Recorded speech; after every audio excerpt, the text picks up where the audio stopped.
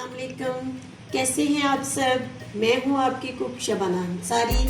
आप देख रहे हैं मेरा चैनल टेस्ट लवर्स गुजरांवाला।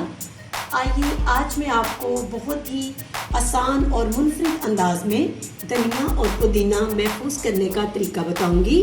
तो आइए शुरू करते हैं। बाज़ार से जब हम पुदीना और धनिया लाते हैं तो वो इस हालत में होता है। तो सबसे पहले हम इसको इस तरह से काटेंगे। पुदीने को मैंने इस तरह से देखें काट लिया है और इसको इस तरह से हम फैला देंगे। अमूमन जब बाज़ार से लाते हैं तो ये थोड़ा गीला होता है, नमी वाला होता है, तो इसको हमने इस तरह से फैला के तो सबसे पहले खुश्क करना है इसको।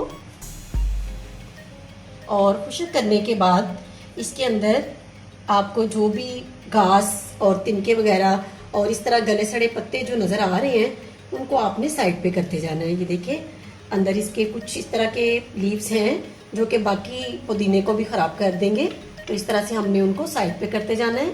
और इसको हम काट लेंगे इस तरह से, कैंची की मदद से इसकी हम कटिंग कर लेंगे। इस तरह से इसकी ये भी पीछे से जड़ें पकड़ के आप इस तरह से इनकी कटिंग कर सकते हैं। इनको कटिंग करके हम साइड पे करते जाएंगे। पुदीने के पत्तों को मैंने अच्छी तरह से साफ़ कर लिया है। ये आप देख सकते हैं जो भी इसके अंदर घास थी या गले सड़े पत्ते थे वो मैंने अलहदा कर दिए, और पीछे से अगर किसी की जड़ थी तो उसको मैंने कैंची के साथ काट दिया है। तो अब इसी तरह से हम धनिये को जो है वो काटेंगे और इसको भी इस तरह से साफ़ करेंगे। सबसे पहले धनिये को भी पुदीने की तरह मैंने बिल्कुल देखिए साफ़ कर लिया है। इसके अंदर जो घास फूस थी या जो जड़ें वगैरह थी वो मैंने सारी अलहदा कर दी हैं, और इसमें से जो पत्ते ख़राब थे उनको भी मैंने अलहदा कर दिए है। गले सड़े पत्तों को इसमें से निकालना बहुत ज़रूरी है। ये एक ख़ास टिप है धनिये को महफूज करने की। अगर आप गले सड़े पत्तों को नहीं निकालेंगे तो आपका धनिया जो है वो महफूज नहीं रहेगा। पुदीने को महफूज करने के आखिरी स्टेप की तरफ बढ़ते हैं। इसको महफूज करने के लिए मैंने एयर टाइट बॉक्स लिया है, यानी जिसके अंदर हवा ना जा सके।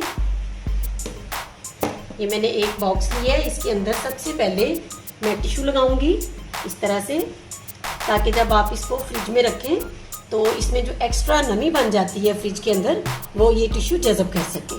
तो अब पुदीने के तमाम जो पत्ते हैं, लीव्स हैं, उनको हम इस तरह से रखेंगे और इनके ऊपर दोबारा से इस तरह से टिश्यू लगा देंगे। अगर आप टिश्यू नहीं लगाना चाहते तो आप अखबार भी यूज़ कर सकते हैं, लेकिन मैं टिश्यू लगा रही हूँ। इस तरह से आपने इनको टिश्यू लगा देना है। और सेम इसी तरह से हम धनिये को पकड़ेंगे और धनिये की इस तरह से ऊपर रख के इसको भी इस तरह से टिश्यू के साथ कवर कर देंगे। और हमने सारी साइडें इसकी कवर करनी है ताकि कहीं से भी हवा अंदर ना जाए।